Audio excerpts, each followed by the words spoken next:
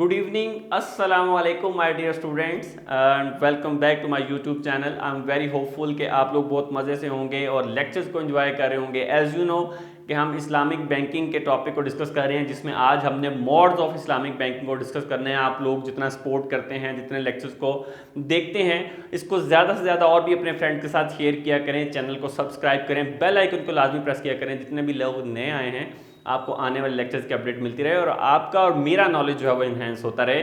और thank you so much for watching this videos. आज जो हम डिस्कस करने वाले हैं ये modes of Islamic finance discuss करेंगे. हमने इस्लामिक फाइनेंस की बेस को अंडरस्टैंड कर लिया, डिफरेंट टॉपिक्स को अंडरस्टैंड कर लिया, उसके प्रिंसिपल्स को देख लिया, शरिया कंप्लाइंट प्रोडक्ट्स को देख लिया. आज modes of Islamic finance start करने वाले हैं, जिसमें सबसे पहले हम मुदारबा को डिस्कस करने वाले हैं. तो कहीं मत जाइएगा, शुरू करते हैं अपने इस लेक्चर को. So let's begin.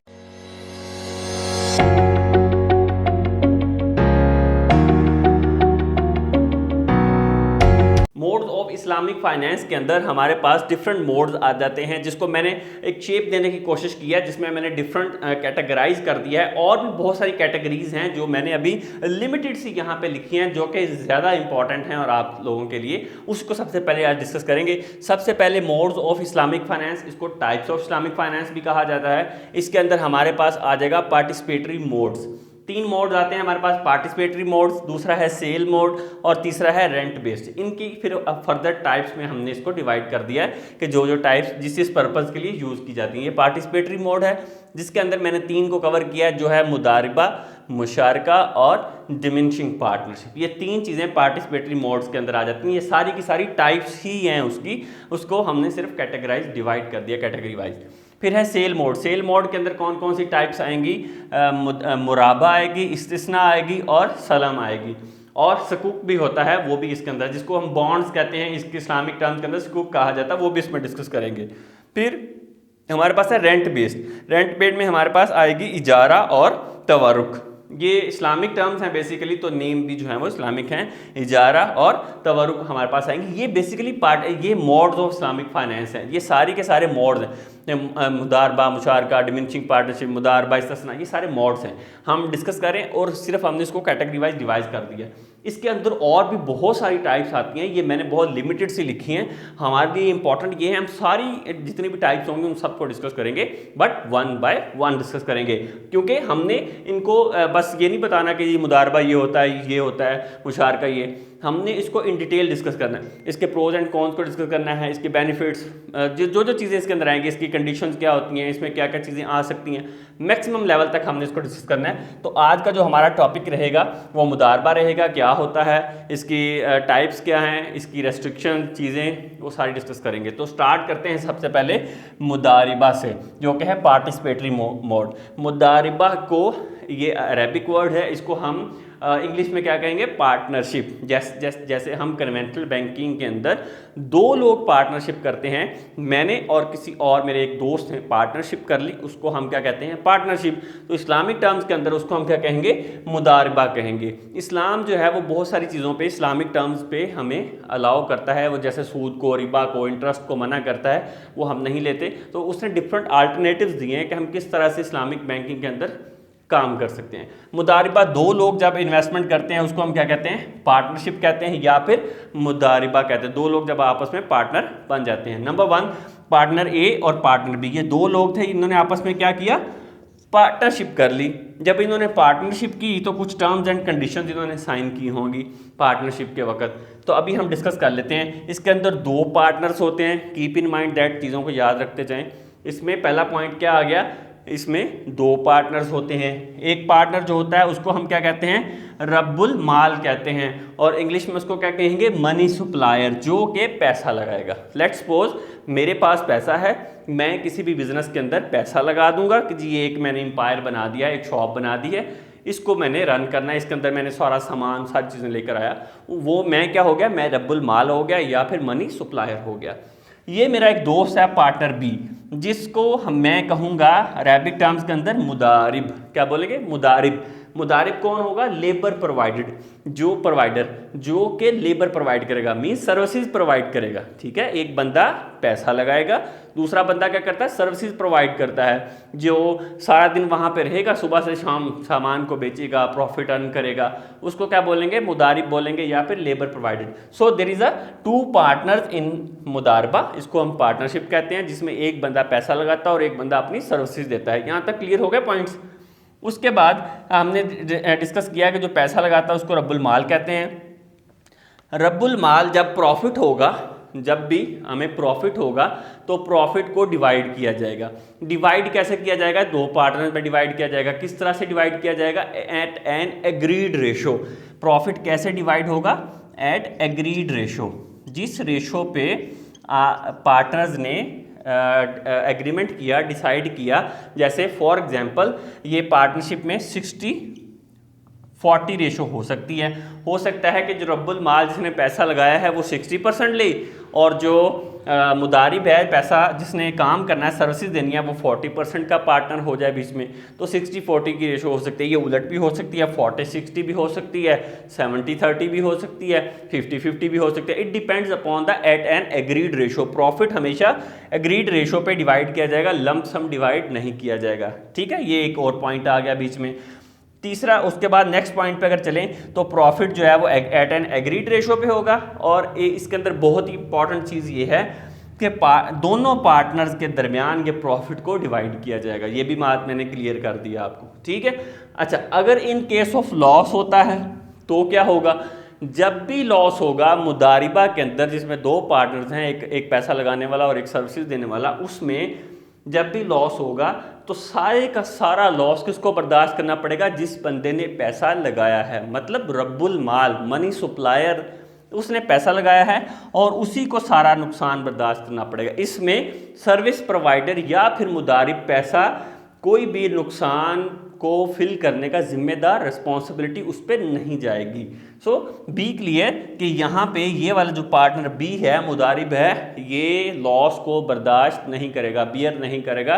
There is no part in the loss of मुदारिब। ठीक है, कोई लॉस का पार्ट परफॉर्म नहीं करेगा। दिस इज कॉल्ड द मुदारबा पार्टनरशिप। ये बहुत ही सिंपल है, जिसके अंदर दो लोग पार्टनरशिप करते हैं, एक पैसा लगाता है, दूसरा सर्विसेज देता है। प्रॉफिट जो है वो एग्रीड रेशो पे डिवाइड किया जाता है और लॉस जो है वो सिर्फ रब्बुल माल बर्दाश्त करता है। लेकिन but the condition is that अगर ये लॉस मुदारिब की गलती की वजह से, मतलब सर्विस प्रोवाइडर की किसी गलती की वजह से, मेजर गलती की वजह से ना हुआ हो, तो लॉस रब्बुल माल, अगर जेन्युइनली नेचुरली लॉस होता है तो रब्बुल माल बर्दाश्त करेगा। अगर किसी गलती की वजह से स्पेसिफिक कोई उसने गलत काम किया या कोई भी लॉस जानबूझ के इंटेंशनली उसने किया या उसकी उसमें मेजर मिस्टेक थी, उस ब्लंडर था, उसकी वजह से हुआ, तो वो पार्टनर बी उसको बी नुकसान को बर्दाश्त करेगा, वो भी उसको फिर भरेगा उस सूरत में। अदरवाइज वो इसमें कोई लायबल नहीं है इसके अंदर। होपफुली कि आपको जो है ये मुदारिबा का कॉन्सेप्ट क्लियर हो गया होगा कि मुदारबा पार्टनरशिप को कहते हैं। जब आप ऐसा लगाना चाहते हैं तो वो पार्टनरशिप कर लेते हैं, उसको आप मुदारबा कहते हैं। इसमें सिर्फ दो लोग शामिल होते हैं। ठीक है, जैसे हमने सोल प्रोप्राइटरशिप पढ़ा, फिर पार्टनरशिप पढ़ा, फिर कॉर्पोरेशन पढ़ा था कन्वेंशनल चीज़ों के अंदर। ठीक है, तो यहाँ पे आपका कॉन्सेप्ट क्लियर हो गया होगा होपफुली। कोई भी क्वेश्चन हो कमेंट्स के अंदर पूछ सकते हैं आप। उसके बाद टाइप्स ऑफ मुदारबा। मुदारबा की कौन कौन सी टाइप्स है? There are the two types of मुदारबा। नंबर 1 इज रेस्ट्रिक्टेड मुदारबा, नंबर 2 इज अनरेस्ट्रिक्टेड मुदारबा। कुछ ऐसा मुदारबा होते हैं जो पाबंदियां जिस पे होती हैं, पार्टनरशिप्स ऐसी होती हैं जो कंडीशंस होती हैं, कुछ फ्रीडम होता है जिसमें कोई कंडीशंस नहीं होती। तो जो रेस्ट्रिक्टेड होती हैं उसको क्या कहते हैं? अरेबिक टर्म्स के अंदर उसको कहते हैं अल मुदारबा अल मुकय्यदा। जो रेस्ट्रिक्टेड मुदारबा होगा उसको क्या कहेंगे? अल मुदारबा अल मुकय्यदा, ये होगा अरेबिक टर्म्स के अंदर। और अनरेस्ट्रिक्टेड मुदारबा को क्या कहेंगे? अल मुदारबा अल मुतल्लिका। अल मुदारबा अल मुतल्लिका अनरेस्ट्रिक्टेड मुदारबा को कहेंगे। ये दो चीज़ें इसके अंदर आ गई। अब बात कर लेते हैं व्हाट इज़ द रेस्ट्रिक्टेड मुदारबा। रेस्ट्रिक्टेड मुदारबा ऐसा मुदारबा होगा जिसके अंदर जो हमारा मुदारिब है, जो लेबर प्रोवाइडर है, लेबर प्रोवाइडर के पास कोई एक्सेस नहीं होती, ना वो डिसीजन मेकिंग कर सकता है, कि पैसा कितना लगाना है, किस बिज़नेस के अंदर लगाना है, उसकी प्लेस क्या होगी, कहाँ पे लगाया जाएगा, वो इसके अंदर 0% जो है वो अपनी इनपुट देता है रेस्ट्रिक्टेड मुदारबा के अंदर। उसके पास कोई राइट नहीं होता स्वाय सर्विसेज प्रोवाइड करने के। उसको हम क्या कहेंगे, रेस्ट्रिक्टेड मुदारबा बेटा। फिर उसके बाद है अनरेस्ट्रिक्टेड मुदारबा, ऐसा मुदारबा जिसमें फ्रीडम होता है, जिसमें जो मुदारिब होता है, सर्विस प्रोवाइडर होता है, ये भी सजेशंस दे सकता है, ये पैसा कहाँ पे लगाना है, कहाँ नहीं लगाना, कितना लगाना है, कौन सा कारोबार करना चाहिए, ईच एंड एवरीथिंग के अंदर ये आपको सजेशन देता है। आपका उसके अंदर पार्टनर होता है, फ्रीडम होती है, ये कोई भी डिसीजन ले सकता है विदाउट द परमिशन ऑफ रब्बुल माल, जिसने पैसा लगाना है, मनी सप्लायर की इजाज़त के बगैर। लेकिन but some restrictions are also available in unrestricted मुदारबा के अंदर भी कुछ रेस्ट्रिक्शंस होती हैं। फॉर एग्जांपल एक रेस्ट्रिक्शन तो ये होती है कि रब्बुल माल की इजाज़त के बगैर, मनी सप्लायर की इजाज़त के बगैर जो मुदारिब होता है, जो सर्विस प्रोवाइडर होता है, वो अपना शेयर कैपिटल ऐड नहीं कर सकता, उसके कैपिटल के साथ अपना ऐड नहीं कर सकता, किसी और पार्टनर को इसमें इंक्लूड नहीं कर सकता, किसी भी और पार्टनर को इस पार्टनरशिप एग्रीमेंट के अंदर इंक्लूड नहीं कर सकता विदाउट द परमिशन ऑफ रब्बुल माल मनी सप्लायर। ये रेस्ट्रिक्शन इसके अंदर शामिल होती हैं। अनरिस्ट्रिक्टेड मुदारबा के अंदर भी कुछ रेस्ट्रिक्शंस होती हैं जो कि मैंने आपको बता दी, 2 होती हैं। नंबर 1 कि एक तो वो ऐड नहीं कर सकता किसी भी और एम्प्लॉय को, किसी भी और बंदे को पार्टनरशिप के अंदर, और दूसरी ये होती है कि वो पहली ये कि वो किसी भी पर्सन को ऐड नहीं कर सकेगा उस पार्टनरशिप के अंदर, और अपनी जो इन्वेस्टमेंट होगी वो उस इन्वेस्टमेंट के साथ शामिल नहीं करेगा। ठीक है, तो ये 2 टाइप्स इसकी आ गई। ये बहुत ही इंपॉर्टेंट है मुदारबा बेटा, जिसको हम मुदारबा को हम क्या कहते हैं, पार्टनरशिप कहते हैं। ये हमने आज डिस्कस किया है। अभी इसके बाद इसको नोट कर लें। मैं आपको बताता हूँ कि इसकी रेस्ट्रिक्शंस कौन सी हैं, कौन कौन सी चीज़ें हैं, रेस्ट्रिक्शंस हैं जो कि इनको फॉलो करनी पड़ती हैं, किन बेसिस पे, किन टर्म्स एंड कंडीशन पे ये चलता है मुदारिबा। तो ये बेसिकली उसका छोटा सा कॉन्सेप्ट है, इसको नोट करें। मैं आपको भी रेस्ट्रिक्शंस करवाता हूँ, शाबाश। अब हम नेक्स्ट टॉपिक को डिस्कस कर लेते हैं। जो मैंने अभी आपको बताया भी है, उसमें मैंने आपको यहाँ पे लिख भी दिया है, सम रेस्ट्रिक्शन ऑफ अनरिस्ट्रिक्टेड मुदारबा। जो रेस्ट्रिक्टेड मुदारबा होता है, अनरिस्ट्रिक्टेड मुदारबा होता है, उसमें भी कुछ रेस्ट्रिक्शंस होती हैं। तो कौन कौन सी मैंने आपको बताई थी। Not give permission to keep another partner mix his own investment in मुदारबा विदाउट द कंसेंट ऑफ रब्बुल माल। रब्बुल माल की इजाज़त के बगैर आप अपनी इन्वेस्टमेंट को उसमें शामिल नहीं कर सकते। एंड आपने जो आपका पार्टनर होता है, आप किसी और पार्टनर को इसमें ऐड नहीं कर सकते, कोई परमिशन नहीं दे सकते। तो ये मैंने आपको बता भी दिया था, मैंने लिख भी दिए।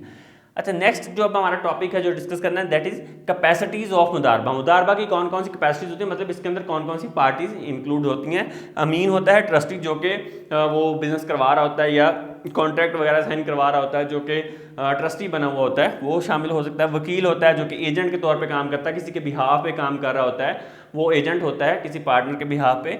शरीक पार्टनर को कहते हैं, अजीर जो है वो एम्प्लॉय को कहते हैं। तो ये कुछ लोग हैं जो कि मुदारबा के अंदर शामिल हो सकते हैं। वाई मुदारबा, हम इस्लामिक फाइनेंस में मुदारबा ही क्यों कर रहे हैं, क्यों मुदारबा आया और क्यों किया जाता है। सबसे जो मेजर इसका बेनिफिट है ना जी, वो ये होता है कि जैसे कन्वेंशनल बैंकिंग के अंदर हमने लोन या इंटरेस्ट को मना करना था, लोन पे इंटरेस्ट देना पड़ता है, तो आपके पास पैसा नहीं होते तो आप लोन लेते हैं एंड कारोबार करते हैं।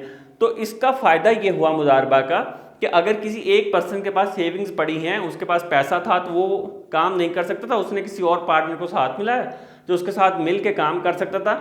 उसके पास पैसा नहीं था, उसके पास काम करने के लिए एबिलिटीज़ नहीं थी, तो दोनों लोग मिल गए, दोनों को प्रॉफिट होने लगा और इंटरेस्ट से भी बच गए, लोन से भी बच गए, किसी भी चीज़ से जो उनकी प्रॉब्लम्स नहीं आई। तो इस वजह से मुदारबा का कॉन्सेप्ट आया, जिसको बेसिकली लोन से मना करने के लिए, लोन से बचने के लिए, इंटरेस्ट से बचने के लिए मुदारबा आया। तो अगर आपसे पूछा जाए कि वाई मुदारबा केम फ्रॉम, तो आप इसका ये आंसर दे सकते हैं, these are the restrictions. Restrictions आप कह लें कि ये जो हैं ये आप नोट कर लें, जो मैंने आपको बताया था कि कुछ इसकी टर्म्स एंड कंडीशंस कह लें, रेस्ट्रिक्शंस कह लें, जो दोनों को फॉलो करनी पड़ती हैं, मुदारिब को भी और रब्बुल माल को भी। So let's discuss one by one. रब्बुल माल can obtain a guarantee security from मुदारिब। जो रब्बुल माल होता है वो जो लेबरर प्रोवाइडर होता है उससे, सर्विस प्रोवाइडर होता है या जिसको मुदारिब कहते हैं, उससे सिक्योरिटी या फिर गारंटी लेता है। किस चीज़ की गारंटी या सिक्योरिटी लेता है? उसके अगेंस्ट लेता है कि अगर किसी भी तरह का कोई भी नुकसान हुआ, कोई प्रॉब्लम की उसने, तो वो उसको जो है वो जब्त कर लेगा, उसको वो रख लेगा, वो जो सिक्योरिटी उसके अगेंस्ट उससे रिसीव करता है या जो गारंटी लेता है या किसी और पर्सन को एज अ गारंटर लेता है, तो जो भी वो टर्म्स एंड कंडीशन में साइन होता है, तो वो इस वजह से अपने आप को सिक्योर करने के लिए रब्बुल माल जो है वो गारंटी लेता है। So capital can in form of cash or asset that can be determined या फेयर वैल्यू। कैपिटल जो लेकर आया जाएगा वो कैश की सूरत में होगा या किसी एसेट की सूरत में होगा, और एसेट भी वो होगा जिसकी फेयर वैल्यू डिटरमिन की जा सकती हो कि इसकी वैल्यू कितनी है, ताकि पता चले कि मुदारबा का जो बिजनेस है वो कितनी अमाउंट के साथ स्टार्ट किया गया है। सो अमाउंट ऑफ मुदारबा must be known to both parties. तो दोनों पार्टीज हैं, रब्बुल माल एंड मुदारिब, इन दोनों को पता होना चाहिए कि कितनी अमाउंट से ये बिजनेस स्टार्ट किया जा रहा है। ठीक है, this is also a condition, or you can say the terms and conditions of मुदारिबा। Debt receivable from मुदारिब are third party not considered as मुदारिबा। अगर मुदारिब से, जिस पर्सन से आपने डेट रिसीव करना है, जो आपका पार्टनर है, तो आप कहते हैं जिससे मैंने डेट रिसीव करना है इसी से बिजनेस स्टार्ट कर लेते हैं, तो ये चीज़ इसके अंदर कंसिडर नहीं होगी। और अगर आपने किसी थर्ड पार्टी से पैसे लेने हैं तो आप कहें कि वो वाला जो कैपिटल है, वो कैश है, वो कैपिटल कंसिडर होगा, तो वो वाला कैश कैपिटल कंसिडर नहीं होता इन केस ऑफ मुदारिबा। सो डेट रिसीवेबल जो होगा मुदारिब से या थर्ड पार्टी से, वो एज अ कैपिटल कंसिडर नहीं होता फर्म मुदारिबा के केस में। Profit distributed at agreed ratio. Profit जो है वो डिस्ट्रीब्यूट किया जाएगा एट एन एग्रीड रेशो पे, और इसमें ये आ सकता है कि अगर एक सर्टेन लिमिट से ज़्यादा प्रॉफिट हो जाता है तो स्टिपुलेट कर जाता है, तो फिर जो है वो लंप सम अमाउंट जो है वो उसकी डिवाइड की जा सकती है further. Cost of living, travelling expenses as per agreement होंगे। जो मुदारिब होगा उसके रहने का खर्चा, उसके एक्सपेंसेस जितने भी होगा, ट्रैवलिंग एक्सपेंसेस, वो जो भी डिसाइड किए जाएंगे उसके अकॉर्डिंग ही उसको पे किए जाएंगे at the terms and condition के अंदर, कॉन्ट्रैक्ट के अंदर। Gift, charity, waiver of receivable with the permission of रब्बुल माल। मुदारिब जो है वो कोई भी चीज़ बिजनेस के अंदर ना वो गिफ्ट्स कर सकता है, ना वो चैरिटी दे सकता है विदाउट द परमिशन ऑफ रब्बुल माल। मनी सप्लायर की परमिशन के बगैर वो कोई भी चीज़ ना तो किसी से अकाउंट रिसीवेबल वेव ऑफ कर सकता है, ना ही वो जो है वो गिफ्ट या चैरिटी कर सकता है, उससे इजाज़त लेना ज़रूरी होगा। Both parties agree to liquidate. जब वो एग्री हो जाए कि बिजनेस को लिक्विडेट करना है तो वो इसको लिक्विडेट कर सकती हैं, there is a no problem in this. मुदारिबा can be liquidate on maturity. जब भी उसका टाइम पीरियड या मैच्योरिटी पे आ जाएगा, तो जितने साल का कॉन्ट्रैक्ट होगा उसके बाद वो जो है वो मैच्योरिटी टाइम पीरियड पे के बाद वो लिक्विडेट हो जाएगा। If funds are short due to loss, मुदारिबा लिक्विडेट।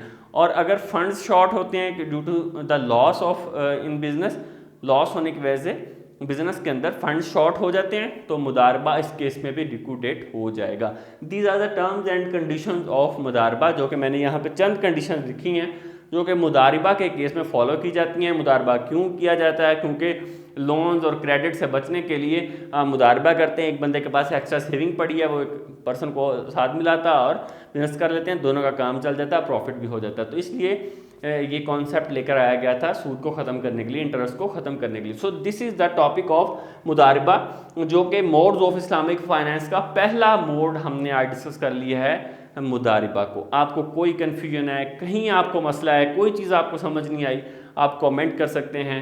वीडियो को ज़्यादा से ज़्यादा लाइक किया करें, शेयर करें, चैनल को सब्सक्राइब कर लें और बेल आइकन प्रेस कर दें ताकि आने वाली हर अपडेट आपको मिलती रहे। सपोर्ट करते रहें इसी तरह से। Thank you so much for watching this video.